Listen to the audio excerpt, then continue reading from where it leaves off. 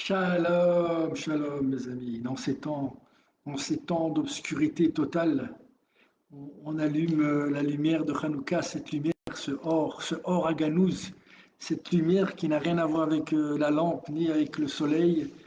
Non, la lumière, la vérité, la vérité. Effectivement, aujourd'hui, quel est l'empire, quelle est l'entité qui obscurcit l'humanité, le monde? C'est le sionisme. C'est le sionisme. C'est ce mouvement totalitaire et qui se veut mondial, bien sûr.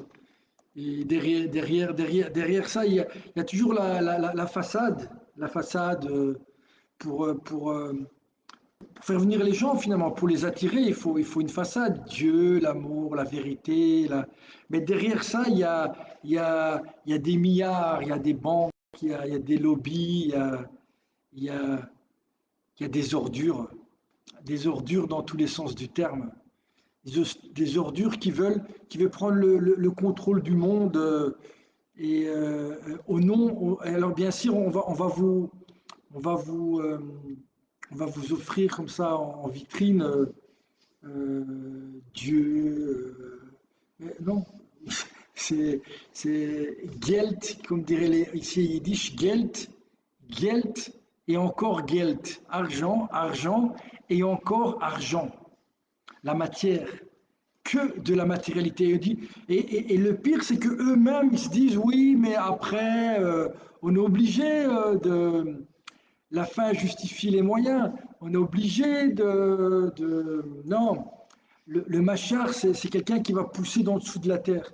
C'est-à-dire que c'est quelqu'un qui a rien.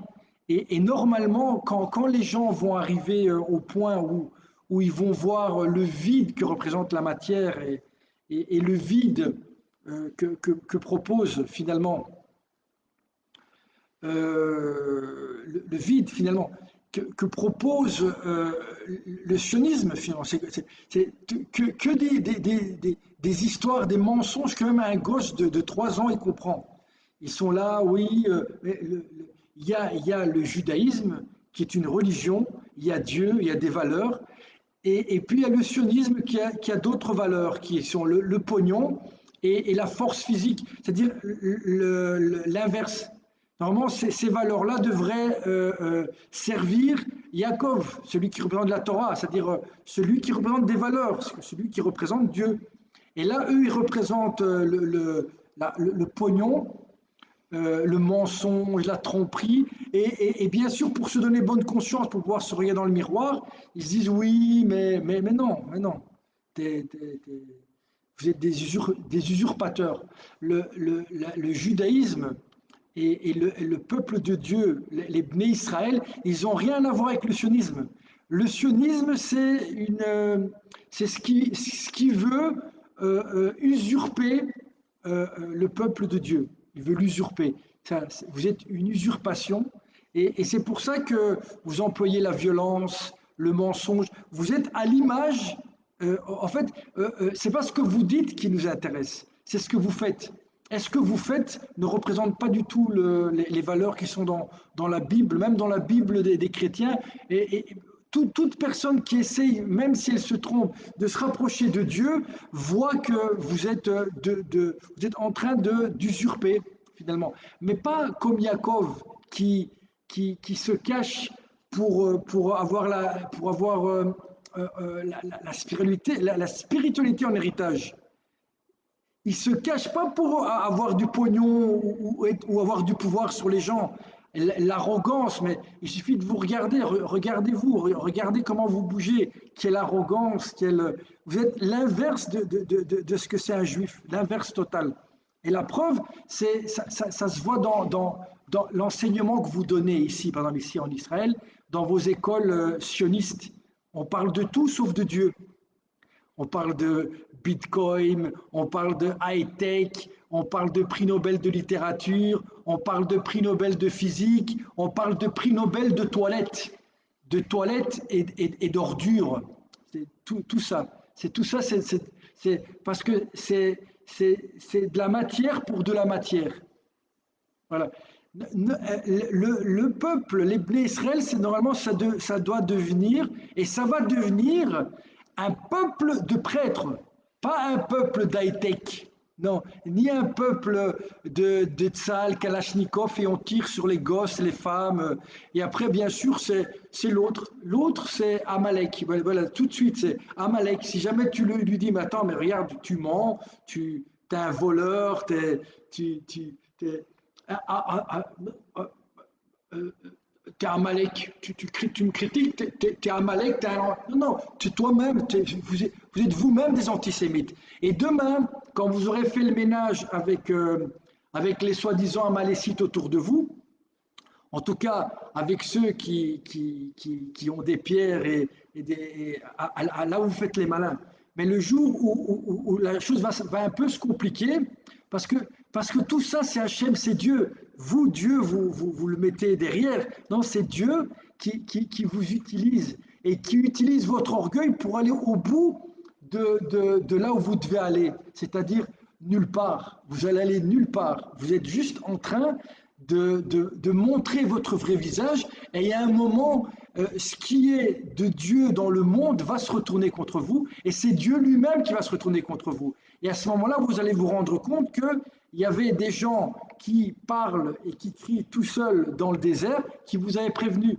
Mais moi, j'ai aucun problème, parce que moi, je sais qu'à la fin, je serai là dans ce monde-ci et de l'autre côté. Tandis que vous, vous avez que ce monde-ci. Et même dans ce monde-ci, vous allez tout perdre. Même dans ce monde-ci.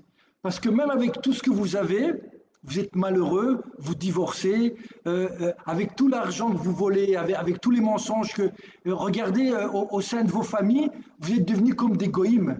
Comme les goïms que vous critiquiez, oui, ils savent, eh ben vous êtes devenus la même chose. Ben c'est normal. Vous enseignez à vos enfants des matières profanes. Normalement, la base de l'enseignement, de tous les enseignements, ça devrait être la spiritualité. Voilà. On devrait regarder comment ils ont sorti des écoles, les cours même, si voilà, je suis pas les cours où il y avait un petit peu de spiritualité, les cours de religion. Regardez comment ils les ont sortis des écoles. Pourquoi? Parce qu'ils doivent créer des individus qui, justement, tout est là. Normalement, la base de toute spiritualité, en tout cas de toute personne qui se réfère au livre, à la Bible, à la Torah, vous avez, tu les enseigneras à tes enfants. Voilà. Deutéronome 6, 7. Voilà. Tu enseigneras à tes enfants quoi? La Torah. Voilà. C'est ça l'enseignement de base. C'est ça. C'est-à-dire que s'il n'y a pas ça, que tu es bon en maths, que tu es bon en physique, que tu es bon en informatique ou que tu es bon en high-tech, j'en ai rien à cirer. Ce que je sais, c'est que tu n'as pas la crainte de Dieu, tu n'as pas la crainte d'Hachem. C'est-à-dire que toi, demain, avec un petit bifton et une petite augmentation, tu es même capable de vendre ta mère. Voilà, ça c'est clair. Tandis que quelqu'un à qui on a enseigné la Torah, on a enseigné un minimum de paroles de Dieu, un minimum, eh ben lui il sait que ce monde-ci, c'est juste un couloir ou une passerelle. C'est de l'autre côté que ça se passe. De l'autre côté quand il y aura l'éternité, et c'est là où on va rigoler. Parce que pour l'instant, toi, tu rigoles dans tes 70, 80 ans là, que tu es en train de vivre ici, dans la matière, et que tu n'es même pas heureux. Tu fais le malin, comme tous ces gens que vous voyez à la télévision, ils font les malins, mais derrière, soit ils sont alcooliques pour arriver jusque-là, ou cocaïnomanes, et après ils prennent des antidépresseurs. Mais tout ça, on vous montre pas, on vous montre juste une vitrine. Et voilà, et on vous fait croire que c'est ça le bonheur, c'est ça, c'est ça. Mais non, là, tu enseigneras. Comment vous expliquez, comment vous avez pu permettre, et même normalement le peuple juif avait ça dans ses commandements. Et quand vous regardez ici, le pays soi-disant ici en Israël, à moins d'aller dans des quartiers comme Mea Sharim, vous allez dans les écoles normales, ben voilà, on vous apprend les mêmes cours que en France ou en Italie. Quelle honte, mais quelle honte, quelle honte. Là, tu les enseigneras à tes enfants. Deutéronome 6, 7. Vous ne croyez plus en Dieu. Vous ne croyez plus en Dieu. Et c'est ça qui va vous perdre. Dieu était là, il vous a donné en héritage sa Torah, et vous, vous avez vendu, comme vous avez vendu Yosef, vous avez vendu. Pas, encore, on ne peut même pas dire, on n'est même pas sûr que Yosef a vraiment été vendu. En tout cas, ils l'ont jeté dans le trou et ils avaient cette intention-là. Après, effectivement, c'est peut-être les marchands. Il y a un commentateur qui dit que c'est des marchands de Midian qui l'ont vendu, Yosef, après. Mais par la suite, ils l'ont vraiment vendu. Aujourd'hui, ils le vendent. Yosef, ils le vendent. Il a à vendre. La preuve, pour eux, le Machar Ben Yosef, pour eux, le Machar Ben Yosef, c'est la Médina. C'est la Médina, ici, la, la Médina laïque. Alors, on va lire les pas du Mashiach. C'est la vérité, mes amis. Le siècle de la délivrance, ce sera un siècle spirituel. Ce ne sera pas un siècle où on va vous apprendre à devenir millionnaire, où on va vous apprendre à bien parler, où on va vous apprendre à bien draguer, où on va vous apprendre à bien, je sais pas moi, que des ch'touillottes, voilà, des ch'touillottes on dit ça en Israël, des bêtises, des bêtises du vent. Ils sont là dans du vent, voilà, que du vent. Et vous allez voir qu'à à la fin de tout ce truc matériel, vos enfants, ils vont aller chez les, comment ils appellent là, les Américains, là, les miches, je sais pas comment ils s'appellent, là, les, ils vont vivre comme au Moyen Âge. Eh ben, ces gens-là, ils sont plus heureux que vous avec vos écrans, vos stars qui se tapent dessus c'est honteux, c'est honteux. Comment vous vous rendez pas compte que c'est honteux? C'est honteux. Alors, normalement, le but d'un juif, et pas simplement, normalement, on devrait, nous, être juifs, on devrait être un exemple, une lumière pour les nations. C'est-à-dire que, voilà, nous, ce qui nous importe, c'est que notre enfant, il croit en Dieu, il connaisse la parole de Dieu, il est des bonnes midotes. Mais moi, que mon fils, il est acteur, mais j'ai envie de vomir, quoi. Un acteur, un mec qui fait semblant, quoi. J'ai des Robert De Niro, des Caprio. Mais vous voyez pas que ces mecs qui sont imbus d'eux-mêmes. Vous voyez pas que c'est le mec il joue un rôle et vous allez regarder le truc et vous êtes fan d'un type qui passe sa vie à jouer un rôle. C'est des trucs de malade, quoi, des trucs. Tant que vous n'aurez pas détruit vos idées, on parle d'idolâtrie, mais le principe même de l'idolâtrie, c'est même de prendre un type, et un type qui représente rien en termes de valeur humaine, et en faire un modèle. Et après, ouais, lui, il est devenu milliardaire, c'est un modèle. Mais un modèle de quoi? Un modèle de quoi? Regardez ces gosses. Vous devez regarder un arbre, vous le voyez à la troisième génération. Regardez leurs gosses, qu'est-ce qu'ils deviennent? C'est des maintenus, comment on appelle ça, des je sais pas comment on appelle ça, je sais pas, c'est des rien du tout, voilà. Alors, l'enseignement de la Torah aux enfants a constitué la fondation du judaïsme durant des millénaires.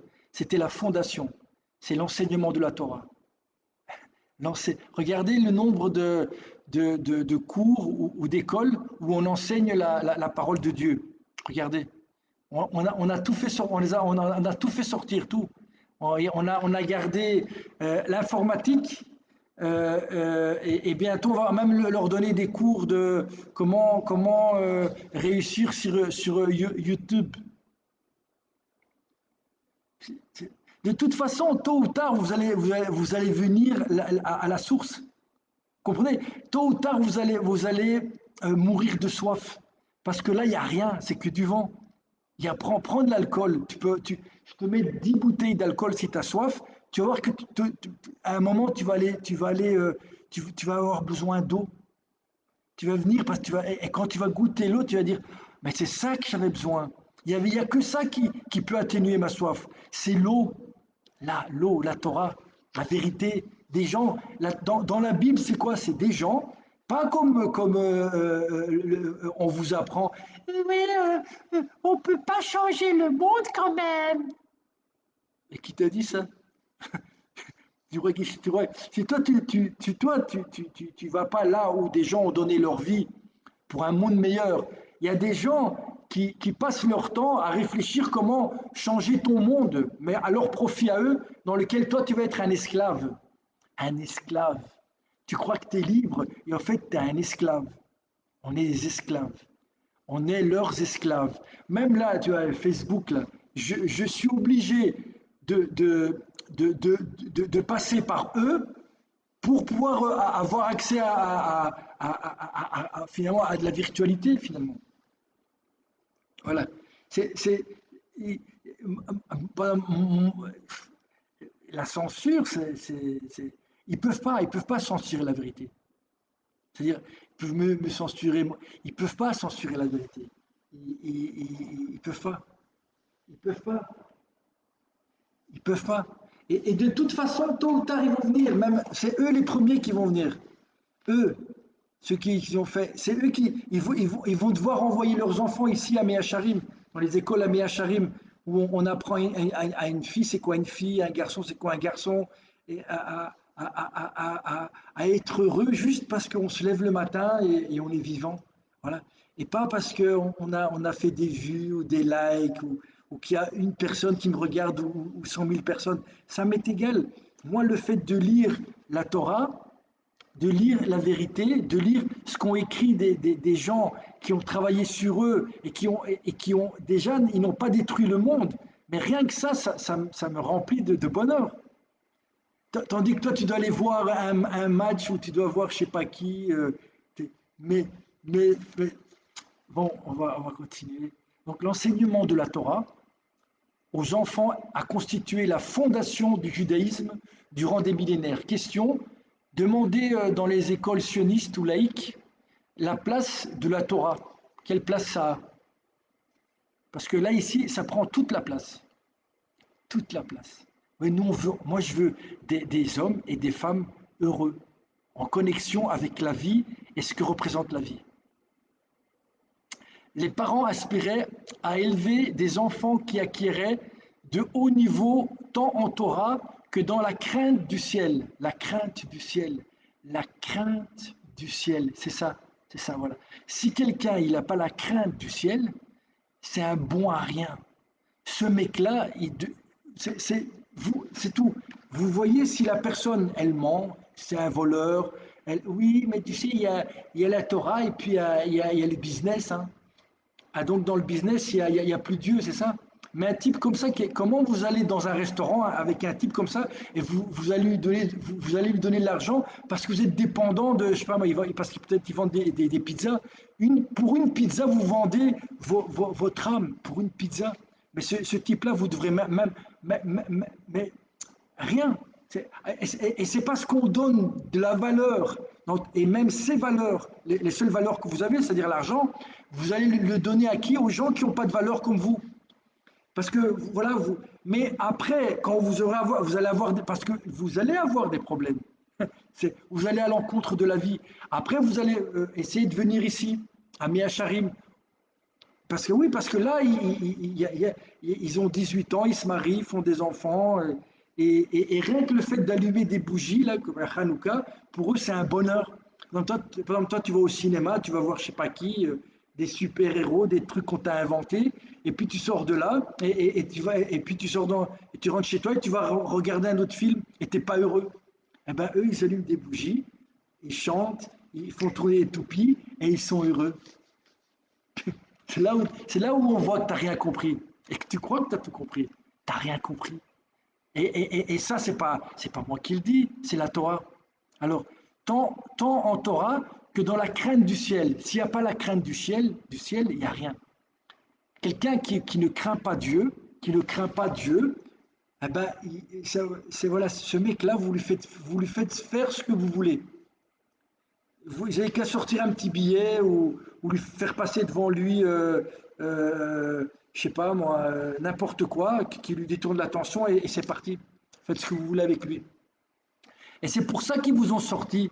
Ils ont sorti de toutes vos écoles les cours où il y avait de la spiritualité. Parce qu'ils ont besoin de gens, des petits esclaves. Et maintenant, avec l'intelligence artificielle et les robots, ils vont vous liquider. Ils n'en ont rien à cirer de votre gueule. C'est ça que vous n'avez pas compris. Quand il y aura les robots qui font la même chose que vous, ils vont vous liquider et ils sont déjà en train de commencer à vous liquider. Ils ont déjà commencé. Ils, ils en ont rien à cirer. Il y a peut-être combien 300 familles qui ont autant d'argent que plus de la moitié de l'humanité. Donc nous, tous ensemble, eh ben, il y a 300 personnes qui ont plus d'argent que nous. Et ces gens-là, ils décident de la pluie et du beau temps pour toi. Mais ces gens-là, même eux, ils auront besoin un jour de venir ici, dans les écoles ici, à Mia Sharif, là où on apprend la crainte du ciel. Parce que demain, ils vont se retourner contre toi, tes enfants, et ta femme. Ben oui, parce qu'il n'y a aucune spiritualité, il n'y a aucune crainte du ciel.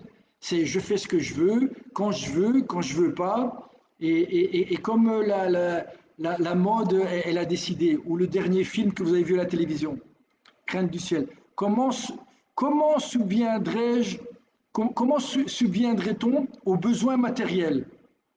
On savait que celui qui donne la vie assure la subsistance. Celui qui donne la vie, Dieu, assure la subsistance. Il n'y a que lui. Et c'est pour ça que vous coupez et vous ne donnez pas l'argent là où vous devez le donner. C'est-à-dire des gens qui s'occupent de spiritualité, des gens qui enseignent à vos enfants, à vous-même aussi, la Torah, la parole de Dieu, la crainte de Dieu. Et c'est pour ça que vous ne faites pas arriver l'argent jusqu'ici. Le minimum, hein, parce qu'ici, ils n'ont pas besoin de 4 voitures et de partir en vacances. Ils ont juste besoin de pouvoir étudier la Torah et de manger 3 fois par jour. C'est tout. Et même ça, vous leur coupez les vivres. Parce que entre l'argent qui descend et vous, mais Hachem va vous le retirer, cet argent. Il vous l'a donné pour que vous le donniez là où on fait sa volonté. Pour l'instant, il vous laisse. C'est lui qui gouverne le monde. Et tôt ou tard, ça va se retourner contre vous. Et ça se retourne déjà contre vous. Vous n'avez qu'à regarder tous ces gens que vous regardez à longueur de journée. Regardez, déjà, ils ont au moins divorcé 15 fois. Et regardez la vie de leurs petits-enfants. Qu'est-ce qu'ils sont devenus, leurs petits-enfants? Même ça, vous n'avez pas compris. Même ça, vous êtes tellement dans l'instant. Et encore, parce que vous êtes ici, dans ce monde-ci, quand on va aller de l'autre côté, et là, ce sera éternel. Éternel. Alors maintenant, tu n'y crois pas, mais c'est super. Mais quand on va être de l'autre côté, et tu vas te rendre compte que non seulement tu as gâché ta vie ici, parce que tu as perdu ton temps, et tu croyais fuir la souffrance dans la matière, et tu as souffert plus que ceux qui n'en ont pas, équivalent, équivalent. Mais de l'autre côté, ce sera pour l'éternité. Ce sera pour l'éternité. Parce que quelqu'un qui ne jouit que de la matière, même un ignorant, il comprend ça. De l'autre côté, il n'y a pas de matière, que tu crois ou que tu ne crois pas. Et de l'autre côté, il n'y a que une âme et quelque chose que tu as pu gagner ici en spiritualité et qui a pu te donner un minimum d'envie de... Et si toute ta vie, tu as passé ta vie dans les poubelles, de l'autre côté, il n'y a pas de poubelle. Et donc, tu vas t'ennuyer. Et ce sera ça l'enfer pour toi. Parce que de l'autre côté, ce que tu n'as pas fait ici, tout ce que tu n'as pas récolté ici en spiritualité, tout ce que tu n'as pas, tout ce que tu pas nourri dans ton âme ici, parce qu'elle va partir avec ce que tu lui as donné et qui est immatériel. Et c'est avec ça qu'elle va jouir de l'autre côté. Et toi, tu n'auras rien pris, que du vent, de la matière. Et comme de l'autre côté, il n'y a pas de matière, c'est comme si tu as des billets, tu vas là-bas, tu vas sortir tes billets et tes diamants et tes bitcoins, tu vas sortir, et on va te dire, mais monsieur, on ne paye pas avec ça ici. Mais monsieur, il dit non, ici, tu peux les jeter à la poubelle, tu peux en faire un petit feu de camp là-bas, avec les autres là-bas, là-bas. Là-bas, il y a beaucoup de feux, vas-y, vas-y. Voilà, c'est là-bas que tu vas aller. Et là, on va voir si tu vas rigoler. Là, on va voir si tu vas rigoler. Comme on dit, rira bien, qui rira le dernier. Alors, comment subviendrait-on aux besoins matériels? On savait que celui qui donne la vie assure la subsistance. C'est lui qui donne la vie et c'est lui qui assure la subsistance. Ta'anit 8b. Néanmoins, au cours de ces dernières générations, avec la perte de la foi en Dieu, la confiance en son pouvoir s'est également amoindrie. Les parents se soucient du bien-être matériel de leurs enfants, estimant les études profanes comme une garantie pour leur vie. Une garantie pour leur vie. Ils pensent même, et la garantie pour ton enfant, il veut même plus se marier. Et il veut devenir, si c'est un homme, il veut devenir une femme. Et après, il veut se marier avec un chien ou une chienne. Voilà, tu vois, toutes ces études, ou sinon il termine en psychiatrie, où il prend des antidépresseurs ou de la coke parce qu'il veut devenir chanteur ou acteur. Voilà, tu vois, voilà où t'en as. Et puis, voilà, avec tes propres mains, tu es en train de te détruire. Comme une garantie pour leur vie, c'est ça la garantie. Ils pensent même que la délivrance d'Israël en dépend. Ouais, ici, ouais, Israël, c'est devenu le pays de l'high-tech. Honte à vous. Honte à vous. Non, Israël, c'est le pays de la Torah et ici, on vient pour étudier la Torah. Sinon, tu retournes aux États-Unis ou si t'aimes bien la guerre, ben tu vas là, où t'aimes bien tuer les gens en te disant que c'est eux les méchants. Mais demain, ça peut se retourner. Hein, eux aussi peuvent dire que c'est toi le méchant. Et ben oui, c'est comme ça que font tous les grands massacreurs d'humanité. Ils décident à un moment que eux, c'est le bien. Et tous ceux qui les critiquent, c'est la racine du mal et alors on les détruit. C'est ce que tu fais. Ils pensent même, les parents alors, la profane garantie pour leur vie. Ils pensent même que la délivrance d'Israël en dépend. Plus le peuple juif comptera d'étudiants en matière laïque, plus il aura de valeur aux yeux des non-juifs. Ben ouais, mais pas simplement aux yeux des non-juifs, c'est leur cheval de lance. Regardez, nous les juifs, prix Nobel de littérature, de physique, de conneries et tout ce qui va avec. La pertinence de cette hypothèse se vérifie de nos jours. Ceci est vrai sur le plan matériel, tandis que sur le plan spirituel, on a obtenu des vrais goïms. Ici, on a des super goïs ici, en Israël. C'est pas moi qui le dis, c'est le plus grand élève du Chafetz Chaim. Ont obtenu des vrais goïs, des vrais goïms, nationalistes ou internationalistes. Et quand il dit des vrais goïms nationalistes et internationalistes, eh ben, il parle des sionistes. Il parle des sionistes. Voilà. Ah, mes amis, mes amis, mes amis, je vais y aller. Je vous laisse. Et à la prochaine petite lumière que, comme on dit, j'allume tout seul, comme on dit, comme disent certains. Tout seul, oui, tout seul. La vérité, il ne faut pas être beaucoup.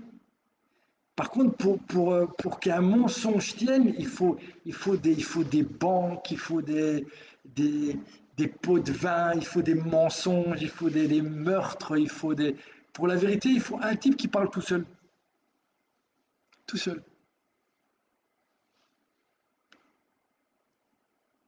C'est ça. Et c'est pour ça que vous les jetez dans les trous, les gens qui disent la vérité. Mais même dans les trous, Hachem, il les fait ressortir.